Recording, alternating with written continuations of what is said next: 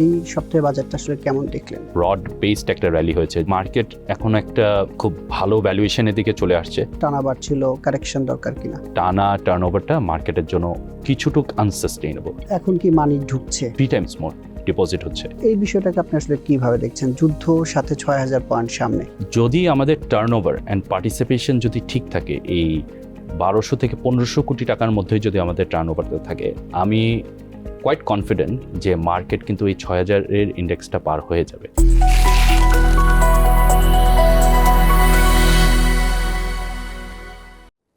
Shanta mutual fund presents TVS মার্কেটসে স্বাগত জানাচ্ছি আমি আনিসুর রহমান। পাহাড় জয়ের মতোই জীবনের লক্ষ্যে পৌঁছাতে প্রয়োজন কনসিস্টেন্সি। প্রতি মাসে একটু একটু করে ইনভেস্টমেন্ট করুন আর লং টার্মের স্বপ্ন সত্যি করুন।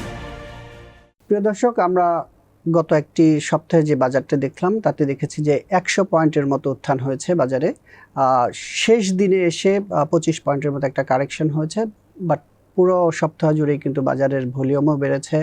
আমরা দেখেছি যে সাথে সূচকও বেড়েছে, মানে একটা ছোট র্যালি হয়েছে বলা যায়। ভলিউমের জায়গা আমরা ২ দিন দেখেছি যে ১৬০০ কোটির উপরে ভলিউম হয়েছে। বাজারের পরিস্থিতি এই যখন অবস্থা, তখন আমরা আসলে এই বাজার পরিস্থিতি নিয়ে একটু আলোচনা করব। সেই সাথে বাংলাদেশ সিকিউরিটিজ অ্যান্ড এক্সচেঞ্জ কমিশনের চেয়ারম্যান বিভিন্ন প্রোগ্রামে কথা বলছেন, বাজারের পরিবর্তন নিয়ে আসার বিষয়ে অনেকগুলো স্টেটমেন্ট দিয়েছেন। সেই বিষয়গুলো নিয়ে একটু আলোচনা করব। আমাদের সাথে আলোচনা করতে স্টুডিওতে এসেছেন মোহাম্মদ আশিকুর রহমান, মিডওয়ে সিকিউরিটিজের ব্যবস্থাপনা পরিচালক। আশিক ভাই, আপনাকে স্বাগত জানাচ্ছি টিভিএস মার্কেটসে। ধন্যবাদ। এই যে একটা সপ্তাহ যে পার হলো, এই সপ্তাহে বাজারটা আসলে কেমন দেখলেন? Very interesting, because volume consistently rise হচ্ছে। অ্যান্ড আমি শুধু যে এই সপ্তাহ না, আমরা খুব সারপ্রাইজড হচ্ছি যে ইলেকশনের পর থেকে যে আমরা একটা পজিটিভ সেন্টিমেন্ট নিয়ে বাজার উঠেছিল, অ্যান্ড দেন এরপরে তো ইরানে একটা বড় যুদ্ধ শুরু হয়েছে। সবসময় আমাদের একটা কনসার্ন ছিল যে এরকম জিওপলিটিক্যাল সিচুয়েশনে তখন মানে Bangladesh is highly over exposed. আলহামদুলিল্লাহ, মানে ওটা তো আমি মনে করি যে আমাদের বাজারটা তো খুব ভালোভাবেই এটাকে অ্যাবজর্ভ করেছে। অ্যান্ড এরপর থেকে যেভাবে র্যালি হচ্ছে, যে এরকম একটা ব্রড বেসড একটা র্যালি হয়েছে, যেখানে আপনার কিছু ব্লু চিপ স্টকও প্রাইস বেড়েছে, ওই অনুযায়ী আমি বলছি যে মানে আদার যে অ্যাসোসিয়েটেড ইভেন লোয়ার ক্যাটেগরি যে এ ক্যাটেগরি বা বি ক্যাটেগরি স্টক, তারাও কিন্তু মানে সিগনিফিকেন্টলি বেড়েছে, অ্যাবাউট 20-30% অনেক রকমের স্টকস বেড়েছে। সো আলহামদুলিল্লাহ, আই থিঙ্ক মার্কেট এখন একটা খুব ভালো ভ্যালুয়েশনের দিকে চলে আসছে, যে ভ্যালুয়েশনে আমরা সবসময় এক্সপেক্ট করতাম যে মার্কেট এই ভ্যালুয়েশনটাই তার মিনিমাম একটা ভ্যালুয়েশন আছে। সো ওই অনুযায়ী আমি বলবো যে মার্কেটের participation has been very good. না, আপনি বলছিলেন যে মার্কেট বাড়ছে। আমরা শেষ কার্যদিবস বৃহস্পতিবার দেখলাম যে ২৫ পয়েন্টের মতো একটা কারেকশন হয়েছে। এই কারেকশনকে অবধারিত ছিল কিনা? বাজার আসলে টানা বাড়ছিল, কারেকশন দরকার কিনা? ওয়েল, যে কোনো জিনিস টানা বাড়াতে আমাদের একটা কনসার্ন সবসময় আসে, কারণ আমরা তো মানে বেশ কয়েকটা ক্র্যাশ দেখেছি। But I think this is a very natural একটা ফিনোমেনা। আর স্পেশালি মার্কেটে আমি মনে করি যে ১৫০০ থেকে ১৬০০ কোটি টানা টার্নওভারটা মার্কেটের জন্য কিছুটুক আনসাস্টেইনেবল, বিকজ এখনও পর্যন্ত no matter what this has to be an earnings driven market. And overall economic situation কিন্তু এত ভালো না। সব কোম্পানি যারা লিস্টেড আছে তারা যে খুব ভালো আর্নিংস প্রোভাইড করছে তাও কিন্তু না। So taking that into account, মার্কেটেরও কিন্তু একটা ক্যাপাসিটির একটা লিমিট আছে, যে আমরা কতটুক পর্যন্ত ট্রেড করে কতটুক পর্যন্ত টার্নওভারে মার্কেট কতটুকু র্যালি করতে পারে। Still I think market has some space to go. Market হয়তো বা আরও বাড়বে, বাট এই যে কিছু উঠবে কিছু নামবে, এটাকে আমাদেরকে মানে নর্মাল হিসেবে মেনেই মার্কেটের প্রতি একটা আস্থা রেখে আগাতে হবে। এই অনুষ্ঠানের আগেই কথা হচ্ছিল আপনার সাথে যে এখন আসলে মানে যারা বিনিয়োগকারী তারা কি পরিমাণ টাকা ডিপোজিট করছে, উইথড্র করছে, এটা নিয়ে কথা বলছিলেন আপনি। আসলে এখন কি মানি ঢুকছে?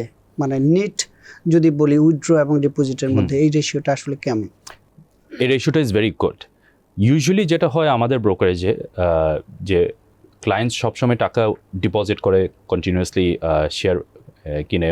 So net deposit versus the withdraw একটা ফিগার থাকে, যে আই থিঙ্ক উইথড্রর এগেনস্টে 2 টাইমস আমাদের ডিপোজিট হচ্ছে। এখন কিন্তু সিনারিওটা কমপ্লিটলি চেঞ্জ হয়ে গেছে, এখন 3 টাইমস মোর ডিপোজিট হচ্ছে, হুইচ মিনস যে কন্টিনিউয়াসলি মানুষজন বা বিনিয়োগকারী এখন বিও অ্যাকাউন্ট খুলছে।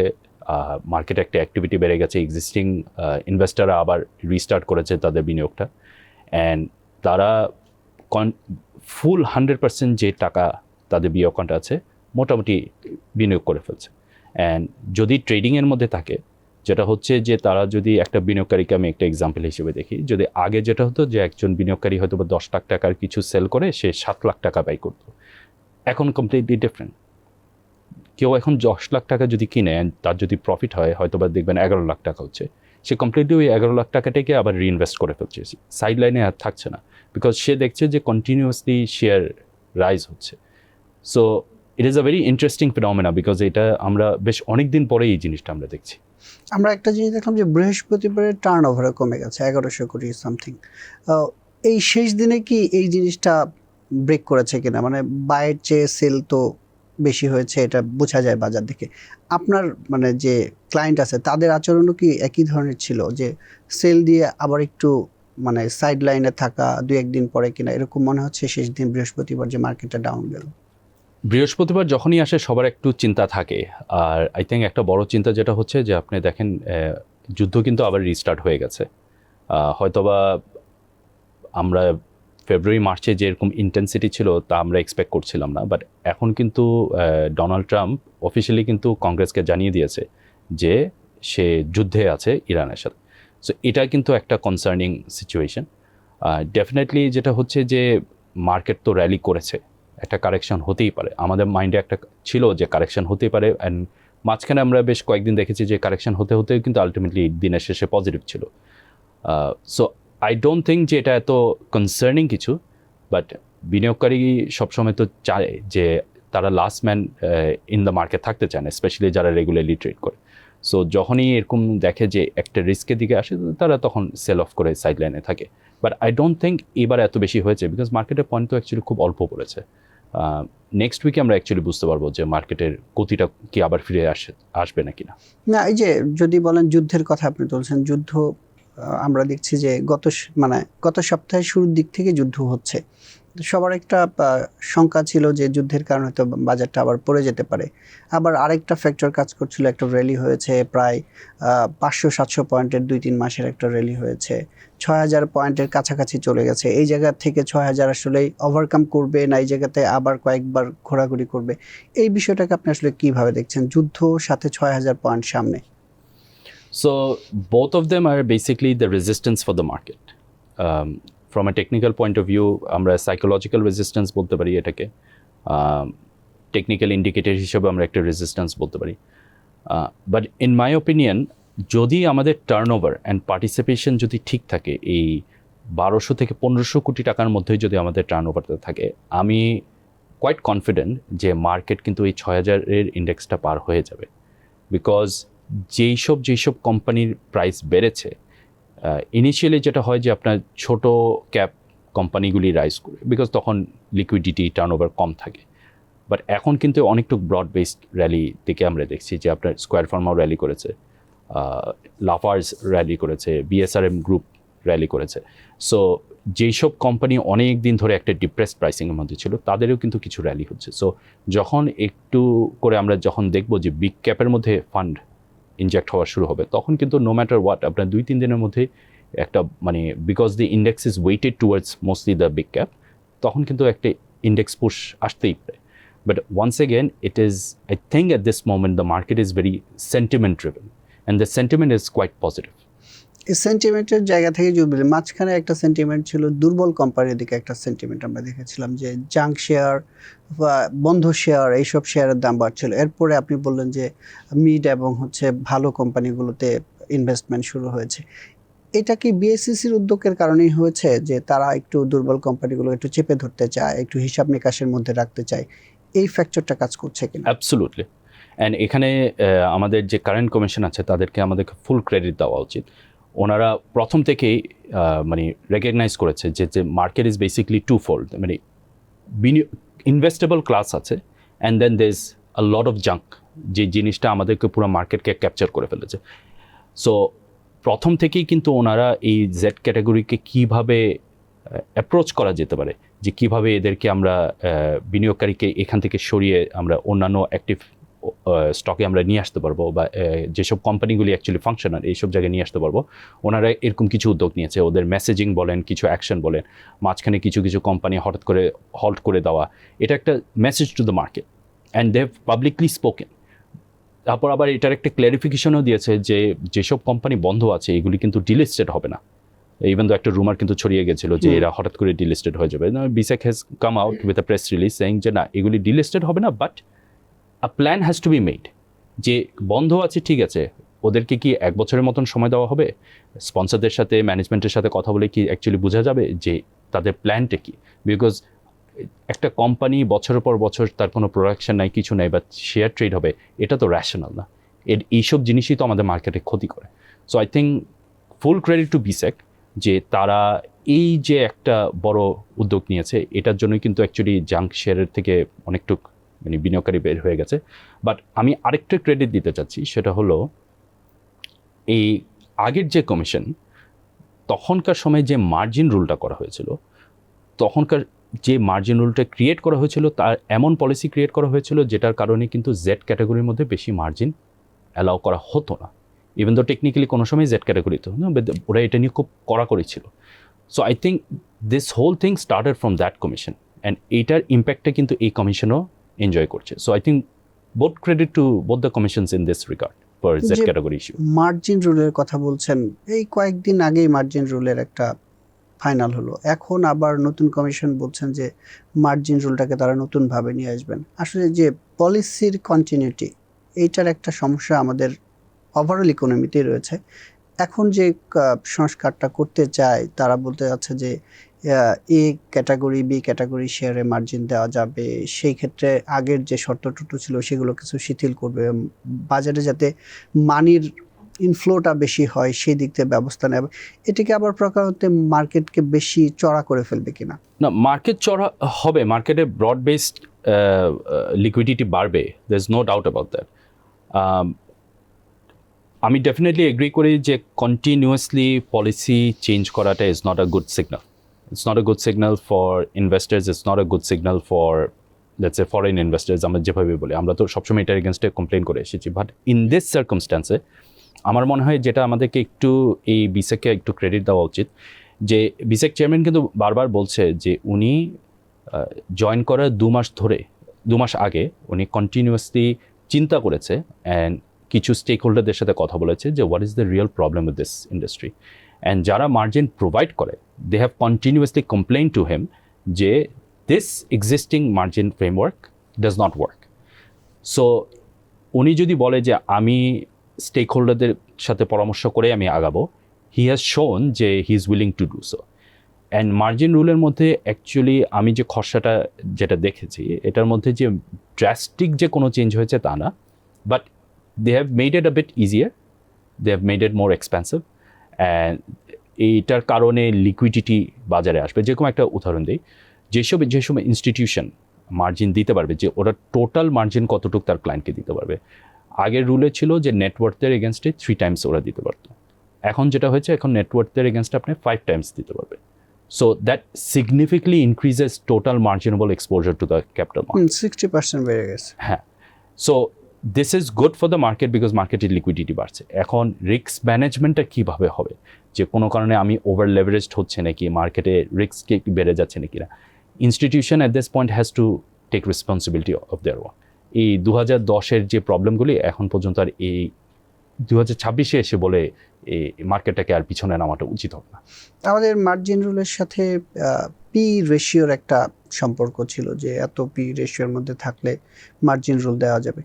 ব্যাংকের ক্ষেত্রে পিবি রেশিও ইন্ট্রোডিউস করার চিন্তা ভাবনা করছে, এইটা আসলে কিভাবে কাজ করতে পারে সাধারণ বিনিয়োগকারীদের জন্য যদি একটু বলেন, যে আসলে ব্যাংকের শেয়ার কেনার ক্ষেত্রে তারা আসলে মার্জিন যদি পিবি রেশিওতে কি হিসাবে হবে এটা? So banker accounting is a bit different from a traditional company, and banks ultimately their main assets are mainly payable to their own clients. So ব্যাংকদের যে deposits really doesn't belong to the bank themselves. So ওই জন্য international standard অনুযায়ী যে actually price to book value, এটাকে একটা better metric of valuation for banks consider করা হয়। আমরা যখন একটা স্টক কিনি, আমরা স্টকটা কেন কিনছি, নট বিকজ উই বিলিভ যে দিস ইজ মানে দ্য পারফেক্ট ভ্যালু অ্যান্ড এটাই কন্টিনিউয়াসলি থাকবে। আমরা একটা ডিসকাউন্টেড রেটে আমরা একটা স্টক কিনি সো দ্যাট ফিউচারে আমরা একটা রিটার্ন পাবো। The same thing with banks, but ব্যাঙ্কদের জাস্ট প্রাইসিংটাকে একটু ডিফারেন্টভাবে ওনারা চিন্তা করছে, বিকজ ব্যাঙ্কদেরকে যদি আপনি পি রেশিও হিসেবে দেখেন, আর্নিংসের থেকে আই থিঙ্ক ব্যাঙ্কদের ওভারঅল অ্যাসেট কোয়ালিটি নিয়েই এখন আমাদের সবচেয়ে বড় কনসার্ন, বিকজ আমাদের banking sector is not doing quite well. So because banks have the largest market capitalization in our industry, I think they've taken a very smart decision. ওভাবে যদি চিন্তা করে দেখি যে আমার টোটাল মার্জিন এক্সপোজারটাকে আমি যদি কন্ট্রোল করতে চাই, ইনস্টেড অফ ব্যাঙ্কদের পি রেশিওর এগেনস্টে আমি তাদের অ্যাকচুয়ালি বুক ভ্যালুর উপরে আমি মার্জিন রেশিওটা করবো। আই থিঙ্ক এটা কিন্তু actually it's a very good idea. বাংলাদেশের জন্য একটা নতুন আইডিয়া হবে। আরেকটা ব্যাংকের কথা যেহেতু আসছে একটু বলি যে ব্যাংকের স্প্রেডের ক্ষেত্রে বাংলাদেশ ব্যাংক একটা ক্যাপ করে দিয়েছে 4%-এ। অনেকগুলো ব্যাংক এটাকে ছাড়িয়ে গেছিল, 10%-এর কাছাকাছি নাকি অনেক ব্যাংক চলে গিয়েছিল। সেই জায়গা থেকে এই যে 4% করে দেওয়া ব্যাংকের আর্নিংয়ের ক্ষেত্রে একটা বড় ধরনের ইম্প্যাক্ট পড়বে কিনা, সেই ক্ষেত্রে যদি আর্নিংয়ে একটা ইম্প্যাক্ট ফেলে, সেটা যেহেতু ব্যাংক একটা বড় ক্যাপিটালাইজেশন আছে আমাদের মার্কেটে কোনো ধরনের ইম্প্যাক্ট পড়বে কিনা? ইম্প্যাক্ট পড়তে পারে, but once again even though মার্কেটে আপনার যদি আমরা জিনিসটাকে এভাবে দেখি যে মার্কেটের টপ 10 বা টপ 20 টার্নওভারে কি ব্যাংকরা কি সবসময় থাকে? না, নট নেসেসারি। অনেকদিন আমাদের ব্যাংক ডিপ্রেস ছিল। হ্যাঁ, শুধু ইন্টারিম গভর্নমেন্টের সময় কিন্তু আমরা দেখেছি যে একটা ব্যাংকিং র্যালি হয়েছিল led by BRAC bank, but ওই র্যালি কিন্তু এখন কনস্ট্যান্টলি হচ্ছে না, বিকজ ব্যাংকস আর আমাদের লার্জেস্ট মার্কেট ক্যাপিটালাইজেশন। এটা কিন্তু কোয়াইট লজিক্যাল যে আমার টপ 20-র মধ্যে যে টার্ন ওভার ভ্যালুর মধ্যে কিন্তু অ্যাকচুয়ালি ওরা থাকা উচিত, বাট আনফর্চুনেটলি ওটা ছিল না। সো আই ডোন্ট থিঙ্ক যে ওদের আর্নিং এত বড় একটা ইম্প্যাক্ট হবে, অ্যান্ড ওই ইম্প্যাক্টের কারণে যে আমাদের মার্কেট ক্যাপিটালাইজেশন বা ইন্ডেক্সে যে এত বড় একটা মানে স্প্রেড পড়বে। কারণ যারা অ্যাকচুয়ালি ব্যাংকে বিনিয়োগ করে তারা কিন্তু লং টার্মেই বিনিয়োগ করে। আমরা যারা ব্যাংকে বিনিয়োগ করে থাকি, আমরা বছর পর বছর বিনিয়োগ করে থাকি, ডিভিডেন্ড পেয়ে ওটাকে রিইনভেস্ট করি, মানে প্রাইসিং আমরা কমিয়ে নিয়ে আসি। So I personally don't think যে ওই এই স্প্রেডের জন্য যে আমাদের ব্যাংকিং সেক্টরের যে মার্কেট ক্যাপিটালাইজেশন বা প্রাইসিং মানে ড্রাস্টিকলি ফল করতে পারে, বাট আই থিঙ্ক মার্কেটের যে লিকুইডিটি আছে, এই লিকুইডিটি সিচুয়েশনের মধ্যে these are more buying opportunities, frankly speaking. আপনি একটা জিনিস আমরা গত কমিশনেও দেখেছি যে তারা আইপিও একটা রেগুলেশন দিয়েছিল, এখন আবার আইপিওর একটা চেঞ্জের কথা বলা হচ্ছে, সহজ করার কথা বলা হচ্ছে, ডিরেক্ট লিস্টিংয়ের কথা বলা হচ্ছে। পুরো বিষয়টাকে আসলে আপনি কীভাবে দেখছেন, বা এই জায়গা ফাঁক ফোকর দিয়ে আবারও কোনো দুর্বল কোম্পানি আসার সুযোগ হবে? কেন ডিরেক্ট লিস্টিং আমাদের অভিজ্ঞতা খারাপ ছিল, আবার সহজ করা হচ্ছে, যেমন ভালো কোম্পানি নিয়ে আসতে চায়, এই ফাঁকে আবার কোনো দুর্বল কোম্পানি ঢুকে যাওয়ার সুযোগ তৈরি হবে কিনা একটা, এই চেঞ্জটাকে আসলে আপনি পুরো প্রক্রিয়াটা কীভাবে দেখছেন, যেহেতু এই কিছুদিন আগেই একটা চেঞ্জ চলে আসছে? ইভেন দো গত কমিশনে কিন্তু একটা নতুন আইপিও রুলস হয়েছিল, আনফর্চুনেটলি যেটা সবচেয়ে বড় সমস্যা ওখানে কিন্তু এক স্পেশালি বুক বিল্ডিংয়ের ব্যাপারে আগের থেকে একটা প্রিসেট ভ্যালুয়েশন ছিল। আমরা এটা ওপেনলি বারবার বলেছি যে valuation has to be set by eligible investors, had to be set by the market. So ওইটা থেকে আমার মনে হয় এই বিসেক কমিশন এখন মুভ করে যাবে। অ্যান্ড নো ম্যাটার হোয়াট, আমাদের কিন্তু অলমোস্ট 2 থেকে 2.5 বছরের মতন একটা টাইম হয়ে যাচ্ছে যেখানে কোনো আইপিওই আসেনি। জি। সো এটা এখন যেটা হচ্ছে, আপনাকে রিস্ক নিয়ে একটু লিবারালাইজ করতে হবে, বিকজ মার্কেটের প্রাইমারি ফাংশন তো কাজ করছে না। আমার ক্যাপিটাল মার্কেটের primary function is to raise capital, there is no capital raising. Now direct লিস্টিংয়ের ব্যাপারে এই বিসেক কেন ফোকাস করছে, I understand their logic, because তারা চিন্তা করছে যে আমি যতই ইজি করি, নো ম্যাটার হোয়াট, আমার বুক বিল্ডিংয়ে গিয়ে আমার এত ডেটা খুঁজে হয়তো বা আমার অনেক কোম্পানি মনে করবে যে ইভেন 3 মাস বা 6 মাসের মধ্যেও আমি ক্যাপিটাল রেজ করতে চাচ্ছি না, I just don't want to do that. অনেক কোম্পানি আছে এরকম করতে, বাট বিসেক চেয়ারম্যান কিন্তু বারবার বলছে যে ডিরেক্ট লিস্টিংয়ে you don't need to raise capital, আপনি জাস্ট অফলোড করেন, আপনার এক্সিস্টিং শেয়ার অফলোড করেন। এটা মানে 2-1টা স্টক না আসা পর্যন্ত আমরা বুঝতে পারবো না যে এটা ভালো হবে নাকি খারাপ হবে। খারাপ হওয়ার চান্স অবশ্যই আছে, বাট তখন রেসপন্সিবিলিটি আলটিমেটলি পড়বে কিন্তু বিসেকের উপরে, এক্সচেঞ্জের উপর। তারা ভ্যালিডেট করে দেখবে যে তারা কোন কোন কোম্পানিকে অ্যালাউ করবে ডিরেক্ট লিস্টিংয়ের জন্য। একটা বিষয় আপনাদের সাথে খুব ওতপ্রোতভাবে জড়িত, ডিজিটাল ট্রানজ্যাকশন যে T1 নিয়ে আসার পরিকল্পনা হচ্ছে, সেই সাথে ট্রানজ্যাকশন ডিজিটাল সাইন। এখন আপনারা বাই সেল করলে একটা সেল ফর্ম, একটা বাই ফর্মে সাইন করতে হয়, এটা ক্লায়েন্ট না করলেও কোনো না কোনো ফর্মেটে করা হয়, এটাকে তুলে দেওয়ার চিন্তা ভাবনা করছি। এইটার মেকানিজমটা আসলে কি হবে? মানে একজন ক্লায়েন্ট তার ডিজিটাল ফরমেশনে, তিনি আমাদের একটা প্রোগ্রামে এসেছিলেন, একটা টক শোতে বলেছেন যে মেইল করা হবে, মেইলে সে রিপ্লাই দিবে। আসলে অনেক ধরনের ক্লায়েন্ট আছে যারা মেইলটা আসলে প্রপারলি ইউজ করে কিনা, এই জায়গা থেকে কোনো ভালো কোনো চিন্তা ভাবনা আছে কিনা যে এই যে লেনদেনগুলো হবে এগুলোর ফিজিক্যাল সিগনেচার লাগবে না? ফিজিক্যাল সিগনেচার আমাদেরকে বাদ দিতে হবে first and foremost. It has no value, honestly speaking it has no value. আপনি যেটাই বলেছেন যে ক্লায়েন্ট না সাইন করলেও কিন্তু কেউ না কেউ সাইন করে দিচ্ছে, সো এটার ভ্যালুটা কি? There is no value. But বাংলাদেশে এখন ক্যাপিটাল মার্কেটে কিন্তু একটা বিশাল বড় টেকনোলজিক্যাল চেঞ্জ হচ্ছে। এখন 70% অফ দ্য ট্রেড কিন্তু হচ্ছে digitally through order management system, যেরকম আমাদের কোম্পানি আরও বিশাল বেশ কয়েকটা কোম্পানি মিলে আমরা হচ্ছে। সো 70% ট্রেড কিন্তু অর্ডার ম্যানেজমেন্ট সিস্টেমের থ্রুতেই হয়ে যাচ্ছে, হুইচ মিনস মেজরিটি ক্লায়েন্ট কিন্তু এখন ফুল অ্যাক্সেস পাচ্ছে মোবাইল অ্যাপসের থ্রুতে। অনেক বিনিয়োগকারী আছে যারা হয়তো বা মোবাইল অ্যাপস ইউজ করবে না, তাদের একটা বয়স বা প্রেফারেন্স যেটাই হোক। হাউএভার, যেটা আমরা মনে করি যে দ্য ইজিয়েস্ট সলিউশন ইজ যে যখনই কোনো বিও অ্যাকাউন্টের একটা ট্রানজ্যাকশন হচ্ছে, এই ট্রানজ্যাকশনের এগেনস্টে কিন্তু আপনি সিডিবিএল কিন্তু প্রতি 2 দিন পরে একটা SMS পাঠাচ্ছে যে তার বিও অ্যাকাউন্টে একটা ট্রানজ্যাকশন হয়েছে, যখনই কোনো একটা শেয়ার বাই হয় বা সেল হয়। এটা ক্লায়েন্টের রেসপন্সিবিলিটি যে সে যদি এরকম SMSটা পেয়ে থাকে, কোনো কারণে যদি সে এটা রেকগনাইজ না করে, তাকে অবশ্যই ব্রোকারের সাথে কন্ট্যাক্ট করতে হবে। So this is a good mechanism. এই প্র্যাকটিসটা বিনিয়োগকারীকে কিন্তু করতেই হবে। আমাদের যতটুকু আমরা চেষ্টা করি বিনিয়োগকারীর প্রোটেকশনের জন্য, is of doing business is very important, and বিনিয়োগকারী তার নিজের রাইটস অ্যান্ড রেসপন্সিবিলিটি রাখাটাও কিন্তু ইজ ভেরি ইম্পর্টেন্ট।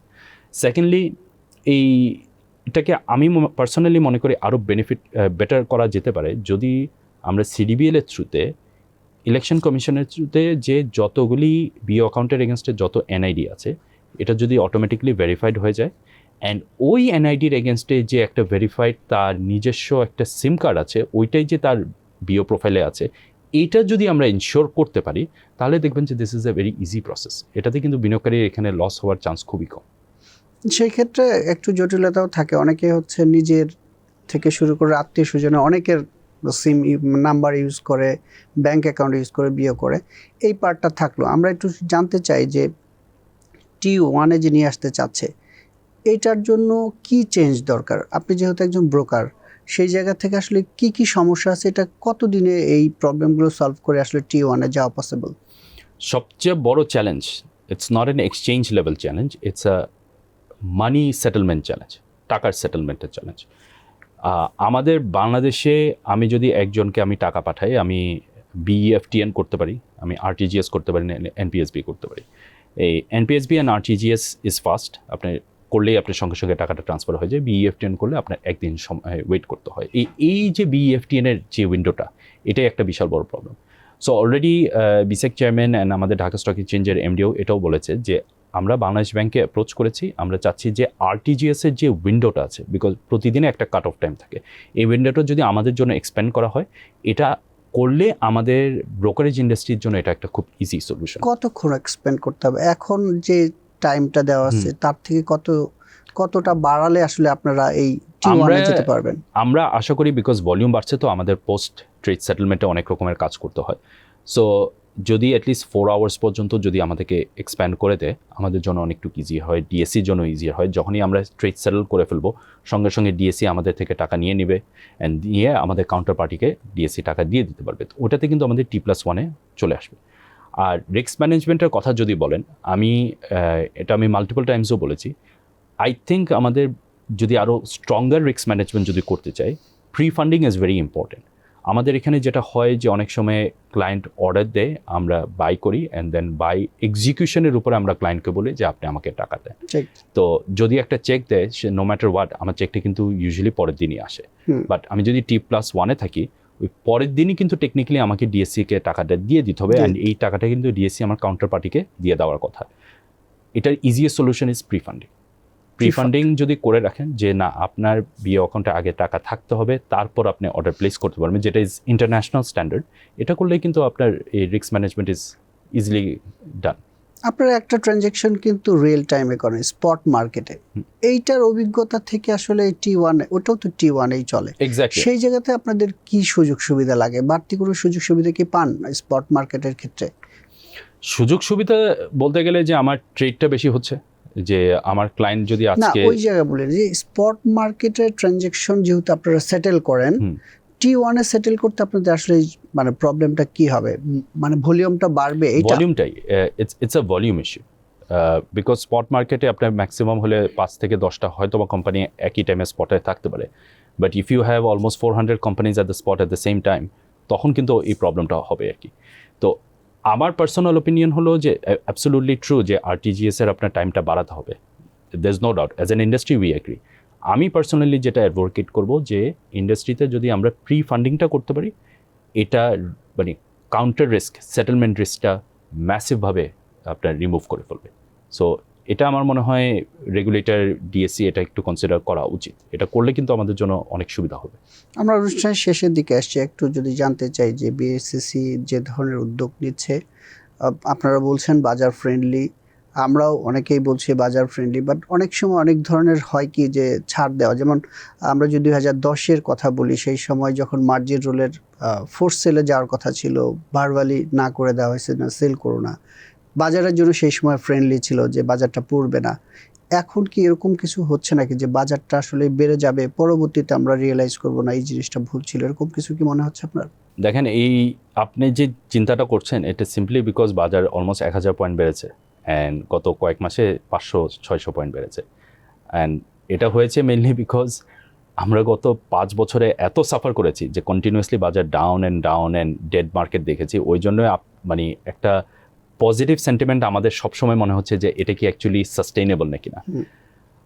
কেন বাজার পড়ে যাবে বা ক্র্যাশ করবে এইগুলি প্রেডিক্ট করা খুব difficult, and I don't think আপাতত এই কমিশন এমন কোনো ড্রাস্টিক ডিসিশন নেয়নি যে কারণে আপনার বাজারের মানে massive amount of artificial liquidity push হয়েছে। আই থিঙ্ক বাজারের মধ্যে যে এখন মানে পজিটিভ সেন্টিমেন্টটা দেখতে পাচ্ছি সেটা হলো যে দে ফিল যে they have a government who is capital market focused, they feel they have a professional BSEC team যারা বুঝে how to work with stakeholders, and বাজার ultimately has been underpriced for quite some time. So I think এই ফ্যাক্টরগুলি মিলেই কিন্তু বাজার বাড়ছে। এখন এক সময় বাজারে কারেকশন হতেই পারে, এটা যদি হয়ে থাকে এটা ইজ ভেরি ন্যাচারাল। না ওই জায়গা থেকে আমি বলছি কেন যে 2010-এর মার্কেটটা যখন আসলে পড়ে গেছে, সেটার একটা বড় ইম্প্যাক্ট বা বড় প্রভাব ছিল মার্জিন। এইবারও মার্জিনটাকে সহজ করার চিন্তা ভাবনা হচ্ছে যে মার্জিনটা সহজ করলে আসলে এটার যে রিস্ক, এই রিস্কটা কি আসলে মাথায় নিচ্ছে সবাই, বা বিনিয়োগকারীরা কি সেই সময় আসলে রিস্কটা নেওয়ার মতো ক্যাপাসিটি থাকবে কিনা?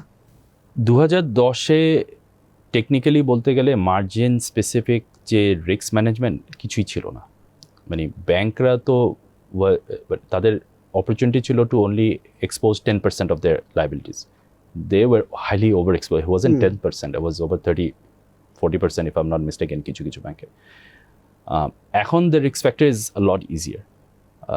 Very important, বাজার যদি পড়েও নতুন রুল আমরা যেটা এক্সপেক্ট করছি যে আপনার ইকুইটির যদি 70%-এ যদি এক্সপোজারে 70% যদি ইকুইটি চলে আসে, আপনার 30% কমে গেলে কিন্তু আপনাকে সেল অফ করতে হয়।